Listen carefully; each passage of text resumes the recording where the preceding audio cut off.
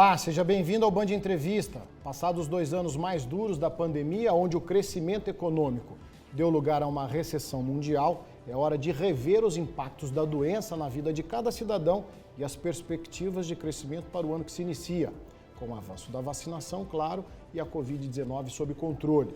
Desemprego em alta, trabalho informal, política de reajuste de preços, inflação, redução do consumo, carga tributária. Até quando? Para fazer uma análise desse momento, o convidado do Band Entrevista de hoje é o economista Benito Salomão, mestre em economia pela Universidade Federal de Uberlândia e doutorando pela mesma universidade. Benito Salomão tem artigos publicados internacionalmente e recentemente lançou o livro Perspectiva de Desenvolvimento no município de Uberlândia, uma abordagem econômica, social e das finanças públicas. Benito, obrigado pela sua presença aqui no Band Entrevista. Prazer é nosso, Bagnete, sempre uma satisfação estar nessa bancada. Participa conosco dessa entrevista o jornalista e apresentador do Brasil Urgente, Kelson Venâncio. Kelson, mais uma vez, obrigado pela sua participação. Eu que agradeço, um prazer estar com vocês aqui novamente. Um assunto muito oportuno para o primeiro dia do ano, né? Afinal de contas, Benito, não tem como a gente dissociar a economia macro, né? Os pilares das finanças de um país de dimensões continentais como o Brasil, do dia a dia do trabalhador, do assalariado, né, quando o assunto é dinheiro e sobrevivência. Então vamos começar falando justamente de desemprego. Tivemos uma revisão aí do índice de desemprego esta semana, de 14 milhões de desempregados para 12,9 milhões de desempregados. Ao mesmo tempo, o CAGED mostra um crescimento constante do número de contratações com carteiras assinadas.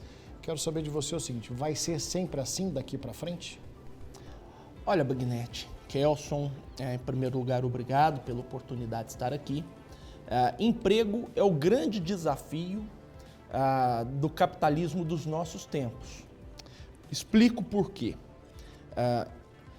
A revolução tecnológica em curso, né, ela tem provocado mudanças que são, de certa forma, disruptivas na forma como se produz nas economias. Quando Adam Smith escreveu A Riqueza das Nações, em 1767, lá atrás, o valor ele era criado a partir do trabalho aplicado na produção. Então você precisava de trabalhadores na linha de produção para que uma mercadoria fosse criada. As revoluções industriais que se sucederam a partir daí, elas foram incorporando cada vez mais tecnologias. As primeiras fases de revolução industrial, elas trocavam o trabalho físico humano por máquinas, né? Então você foi tirando, de certa forma, trabalhadores do campo e substituindo ali por coletadeiras, por plantadeiras, etc. Você tirou trabalhadores da indústria, que foram sendo substituídos aí por esteiras de montagens, ali na linha do Fordismo, etc. E esses trabalhadores iam cada vez mais sendo empurrados para os chamados setores terciários da economia. Setor de serviços, né, setor de comércio. O que nós estamos vivendo hoje? Uma revolução de algoritmos, uma revolução de inteligência artificial, uma revolução de processos automáticos que tornam o trabalho nesse setor de serviços cada vez mais desnecessário, o trabalho humano. Então você passa a ter, por exemplo, ali, um determinado modelo de algoritmos que, a partir dos seus posicionamentos, por exemplo, em redes sociais, no Google, etc., eles conhecem o seu perfil e passam a te indicar, por exemplo, produtos e serviços que têm a ver com o seu perfil de consumo que nenhum vendedor humano é capaz de identificar, né? E com isso nós estamos criando aí um modelo social no qual o trabalho ele é preterível dos processos de produção e por isso as taxas de desemprego elas são altas, estruturalmente altas. No Brasil isso é acentuado ainda por um processo conjuntural, um processo de curtíssimo prazo, de um país que não cresce há 10 anos. Né? E veio uma pandemia, agravou ainda mais esse cenário. Então, sem crescimento ainda é mais difícil de você gerar empregos, né? Então, você tem um fator estrutural, que é a adoção de tecnologias que poupam mão de obra, que poupam trabalho, de um lado, e você tem um fator conjuntural, que é um país que não consegue crescer, né? Ficou 10 anos sem crescer na década passada, começou essa década também com taxas de crescimento bastante ruins e, portanto, você não gera nem aqueles empregos conjunturais, aqueles empregos cíclicos que deveriam ser adotados. É claro que isso tem melhorado nos dados, né? Nós tínhamos um desemprego de 14,5%, hoje temos um desemprego de 12,5%, 12,9%, mas ainda assim é muito alto, né? O Keynes dizia que uma taxa de desemprego lá nos anos 30 aceitável seria 2%. Isso foi sendo aumentado para 4%, para 6%. O Brasil vive uma taxa de desemprego de 12%. Né? Mais um desalento de 6%, que são aquelas pessoas que não procuram emprego, mas que também não estão trabalhando.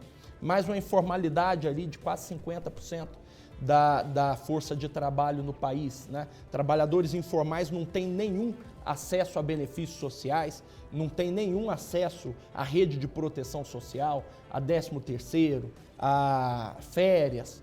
Então, você tem um estado no mercado de trabalho no Brasil que ele é muito ruim. Nós pensávamos que isso ia ser melhorado com a reforma trabalhista do governo Temer, de 2017, mas assim, as melhoras que ocorreram, elas foram bastante marginais, né? Para que essas melhoras elas possam aparecer de fato nos dados, o Brasil precisa voltar a crescer. Ou seja, historicamente o homem sempre sendo escravo da própria criação dele. E a partir do momento em que ele faz isso, substitui, né, trabalhos braçais por máquinas, como você colocou na história, né, o homem começa a criar desemprego. E juntamente com a conjuntura política e econômica do país e vindo de uma pandemia também, esses dados, isso que esse breve comentário que você fez aí, isso significa que 2022 nós não temos muitas expectativas positivas, né, Benito? Não, nós não temos. Primeiro que nós temos que ficar de olho, por exemplo, no desenrolar da pandemia. Né? É falsa essa sensação que nós estamos vivendo aqui no Brasil, particularmente nesse final de ano, de que a pandemia acabou. Né? Muitos países europeus, com vacinação inclusive mais avançadas do que a nossa, estão aí redefinindo as suas estratégias, muitos países estão fechando novamente, né? Porque o que acontece, enquanto você não tiver o último cidadão mundial vacinado contra a Covid, você tem abertura para surgimento de novas cepas. Né? Então nós ficamos boa parte do ano discutindo a variante Delta, hoje nós estamos discutindo a variante Ômicron. Qual que é o problema disso? Se você não avança na vacinação, o vírus ele só se reproduz dentro da célula humana. Né? E esse processo de reprodução do vírus ele é mais ou menos como uma impressora de cópias. Né? Você já reparou quando você coloca uma impressora para rodar 3.000 cópias, por exemplo, aquilo vai rodando numa determinada velocidade, num determinado momento a impressora engasga, uma cópia sai com defeito, sai amassada, e aí você precisa intervir. O vírus se reproduz daquela forma. A cópia que sai com defeito é a nova variante. E novas variantes que podem ser, por exemplo, resistentes a vacinas. Né? Então hoje o grande debate mundial que se faz em torno dessa questão da variante Ômicron é que ela pode ser resistente, por exemplo, às vacinas da Sinovac, dentre as quais a Coronavac. Se isso acontecer, a China com 1 bilhão e 400 milhões de pessoas vacinadas pela Sinovac, ela vai ter problemas. E o Brasil pode ter problemas também porque os trabalhadores de linha de frente, né, da saúde, e os mais velhos, né, as pessoas foram até 60 vacinados com Coronavac. Com Coronavac. Então nós podemos ter sim um recrudescimento da pandemia no começo desse ano aqui no Brasil. Mas no atual momento, por exemplo, Uberlândia hoje com 90% da população vacinada, acima de 12 anos, o comércio praticamente voltou a funcionar normal, sem restrições, a indústria também, aquela quebradeira que nós tivemos no primeiro ano, metade do segundo ano da pandemia, lojas fechando, né? O pessoal que estava empregado perdeu o emprego, migrou para o mercado informal e quem estava no mercado informal foi morar na rua.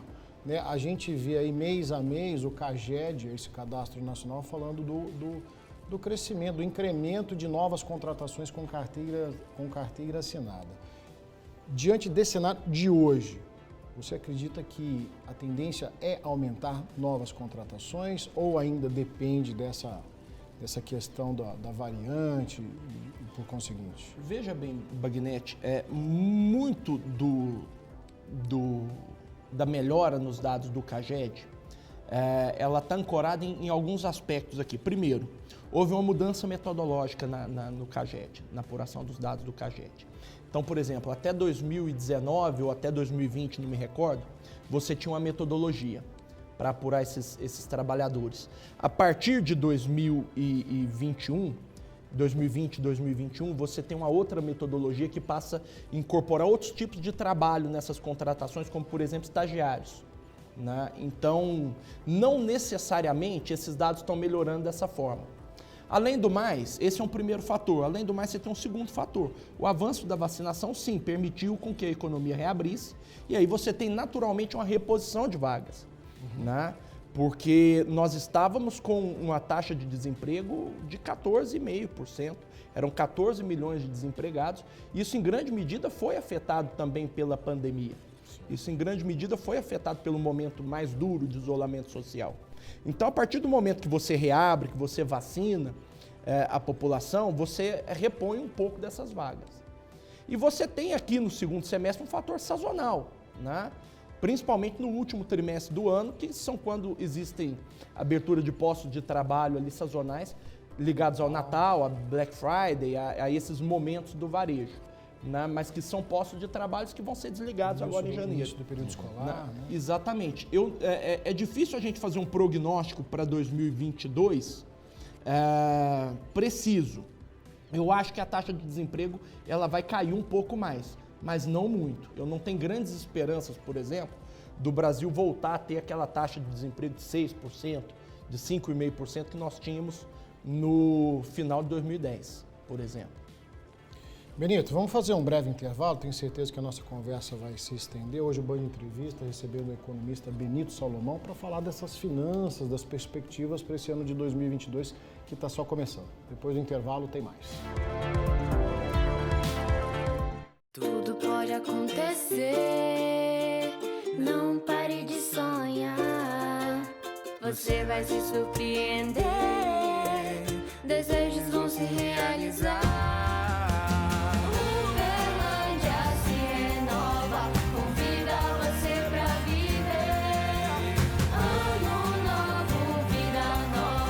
A Prefeitura de Uberlândia deseja um feliz ano novo. Um ano de superação, de celebrar a vida, a família e os amigos. Bem-vindo a 2022, com saúde e esperanças renovadas. Costa Moraes deseja a todos seus clientes um feliz e próspero 2022.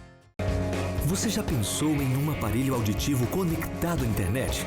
Capaz de proporcionar uma experiência sonora única e completa? Hoje, isso já é possível. Conheça o Oticon Open, o primeiro aparelho auditivo multicanal conectado à internet para distinguir todos os sons do ambiente com clareza. E tem mais, na Clarivox você compra o seu aparelho com até 18 vezes sem juros. Clarivox, para você curtir os sons. Segunda a sexta, às 7 horas da manhã, você fica ligado no melhor informativo de Minas e da nossa região, o Bora Minas, sempre com as primeiras informações do estado e da nossa região, dicas de emprego, as ocorrências da segurança pública. Te espero às 7. Band Entrevista de volta, hoje recebendo o economista Benito Salomão para falar aí das perspectivas da economia para esse ano que começa hoje. Benito, tradicionalmente aquela preocupação do brasileiro, as contas de início de ano, né? IPVA, IPTU, tem também mensalidade escolar. Como administrar essas contas de início de ano? O seguro também, ele entra nesse pacote. Agora que o trabalhador ele vem de dezembro, né, um salário a mais, o 13º, como administrar? É melhor quem tem uma reservinha pagar à vista, parcelar? Qual que é a orientação nesse caso? Essa é uma orientação muito pessoal que depende de cada realidade, né, Bagnetti? Evidentemente que se a pessoa ela tem sobras financeiras para poder realizar esse pagamento à vista, né, esses pagamentos à vista, que aí você também tem IPTU, né, tem uma série de coisas. É sempre muito difícil pagar isso tudo à vista, né? Mas depende de uma realidade muito particular. Para aquelas pessoas de mais baixa renda, né, o ideal é não pagar juros, né?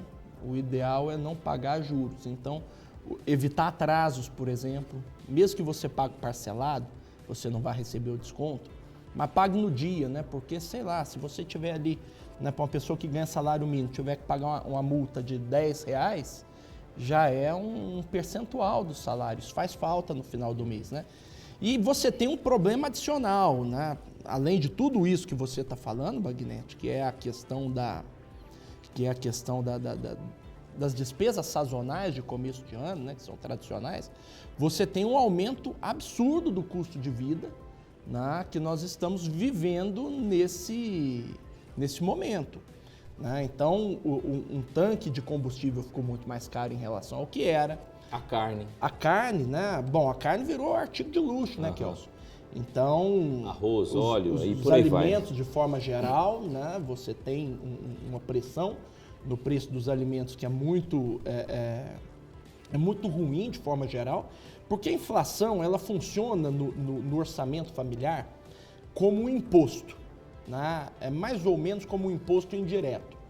É um economista chamado Nicholas Kagan, Philip Kagan, escreveu em 1956 um artigo sobre isso, falando sobre a questão do imposto inflacionário.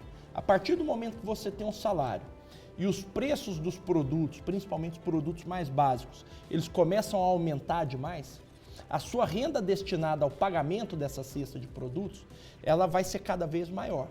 E aí você tem cada vez menos sobras financeiras, ou então, se você não tiver sobra financeira nenhuma, você precisa reduzir consumo em outras áreas. Então, esse cenário de inflação descontrolada, né, uma inflação rodando a 2 dígitos aí já há um bom tempo, isso é muito ruim para o orçamento familiar. Isso desorganiza o orçamento familiar, porque você precisa, por exemplo, substituir proteína animal, né, por outros tipos de alimentos mais baratos. Você precisa diminuir o seu padrão de vida, o seu padrão de consumo. E isso é muito ruim, né, para as pessoas. Isso, sobretudo, para trabalhadores de até 2 salários mínimos. Né, trabalhadores que vão ganhar aí até R$ 2.300 por mês. Benito, vamos analisar a situação. 2020, ano que começou a pandemia, todo mundo isolado, desemprego lá em cima, dificuldade financeira, todo mundo se vendo num abismo. 2021, começou o sistema de vacinação, um ano que foi arrastado, digamos assim, economicamente. E nós iniciando agora em 2022 com uma retomada pequena da economia, com a expectativa de poder ter, às vezes, uma 4ª onda, enfim, da questão da população, aquela expectativa que a gente não sabe se vai ter ou não certeza de que a economia vai deslanchar. Diante disso e dessas dificuldades que você acabou de falar, poder de compra cada vez mais complicado, alimentos, combustível, tudo caro, o que fazer? Individualmente falando, a pessoa ela está numa situação que às vezes ela não tem dinheiro para poder pagar o custo de vida dela. 2022, qual que é a dica sua para essa pessoa? Kelson, ao longo dos últimos anos o brasileiro lutou pela sobrevivência, né? Hoje o brasileiro apanha da sobrevivência, né? Não uma... Enfim, é difícil você chegar numa situação dessa, porque você tem choque negativo de todo lado, né? O Brasil está desestabilizado, né? Então... Ainda tem um ano eleitoral né? Tem um ano eleitoral, você ainda tem uma série de complicações. Então, assim, individualmente falando, né? Você tem cada vez mais pessoas dependendo de ajuda do governo. De repente, esse Brasil, nós estivemos aqui falando isso já, né, Bagnete, aqui no estúdio. De repente, o Brasil precisou de isolar as pessoas e precisou de pagar um auxílio emergencial lá no começo da pandemia para pessoas que iam ficar sem trabalhar e descobriu que tinha que ajudar 60 milhões de pessoas.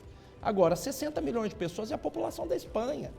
Né? O Brasil, em 2020, no primeiro ano da pandemia, ajudou 60 milhões de pessoas com o auxílio emergencial. É uma situação extremamente grave, você precisa de entidades do terceiro setor ajudando, aí você vai criando, né, redes de solidariedade para poder ajudar essas pessoas de baixa renda, mas evidentemente que nós precisamos agora. Eu não creio que 2022 será um ano de grande recuperação. As previsões do mercado financeiro, que normalmente são mais otimistas do que as minhas, elas apontam para um crescimento de 0,5%. Quer dizer, 0,5% de crescimento do PIB, em termos per capita, é negativo, né? Porque a população continua crescendo.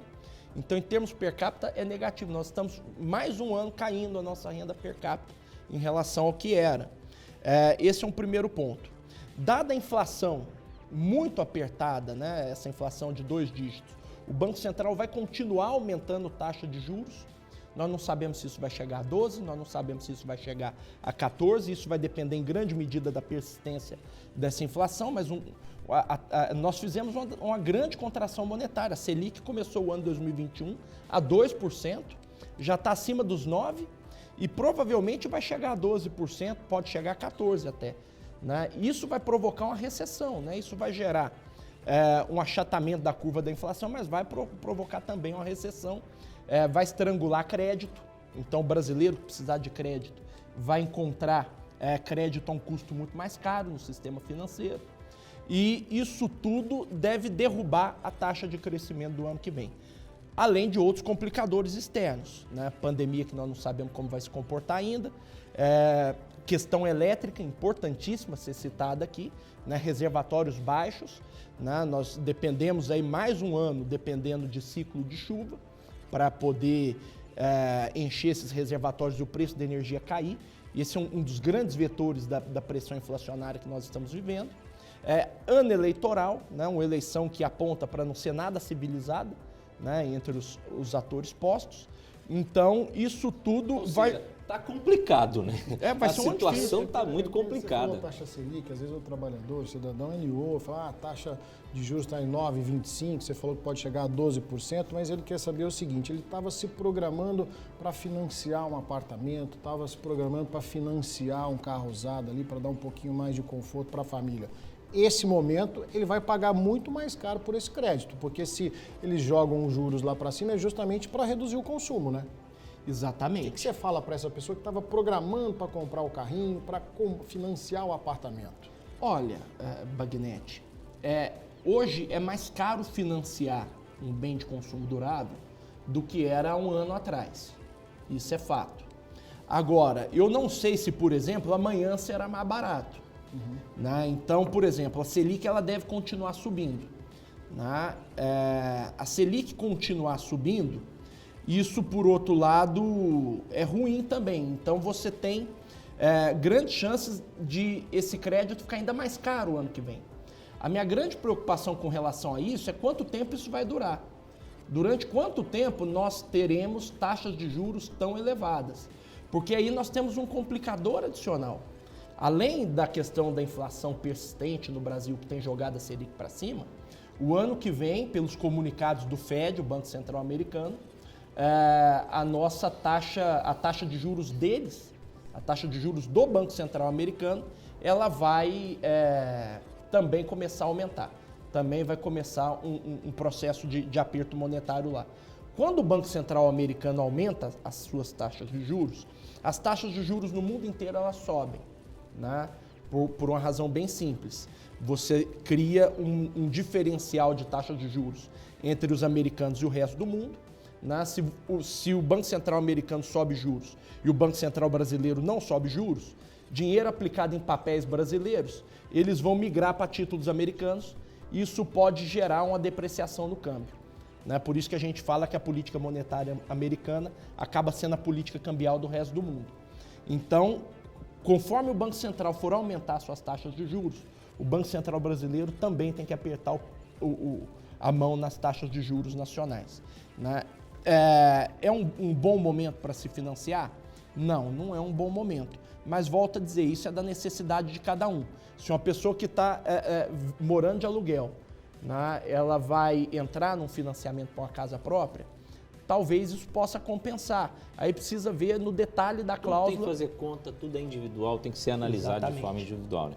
Agora, deixa eu te perguntar uma coisa, né? 2022, estamos começando o ano e as pessoas não têm muita perspectiva com relação a todas essas coisas que a gente já falou, né? A situação principalmente brasileira, mas a pessoa às vezes fala assim, não, eu preciso dar um jeito para que eu não possa cair no fundo do poço. Ela precisa de fazer um investimento, ela precisa de procurar um rumo, uma luz no fim do túnel. Qual que é o melhor para ela poder fazer um investimento? Por exemplo, poupança é uma boa, CDB é uma boa, na questão até mesmo de empregabilidade. Olha, se eu não consigo mais ser funcionário de determinada empresa porque aquela determinada empresa não tem vaga, eu preciso me redirecionar, vou trabalhar por conta própria, o home office, enfim. Nesse sentido, o que é melhor a pessoa fazer em 2022? Kelson, o melhor investimento que qualquer pessoa pode fazer sempre é a educação, né? Como eu disse no começo do programa, nós estamos vivendo um momento de disrupção das relações produtivas. Isso demanda cada vez mais trabalhadores qualificados em áreas específicas do conhecimento. Áreas de ciência de dados, áreas de programação, etc. Então, se você é um jovem, por exemplo, que está começando a carreira hoje, né, você pode procurar se formar em áreas que serão demandadas e que pagam melhores salários, né? Porque se você não tem qualificação, para você começar é muito difícil, né? Se você tem algum tipo de recurso financeiro, é muito importante ter cuidado, fazer o uso racional desse recurso, para poder isso não te fazer falta lá na frente. Agora, nessa questão da empregabilidade, né, você precisa, em primeiro lugar, investir em formação, em conhecimento técnico, né, que é o que vai ser demandado. Né? Com conhecimento técnico, oportunidades surgirão. Né? Porque hoje é uma situação um pouco estranha isso. Né? Você tem uma taxa de desemprego muito elevada, você tem problemas sociais sérios a partir disso, mas você tem alguns setores da economia que eles são...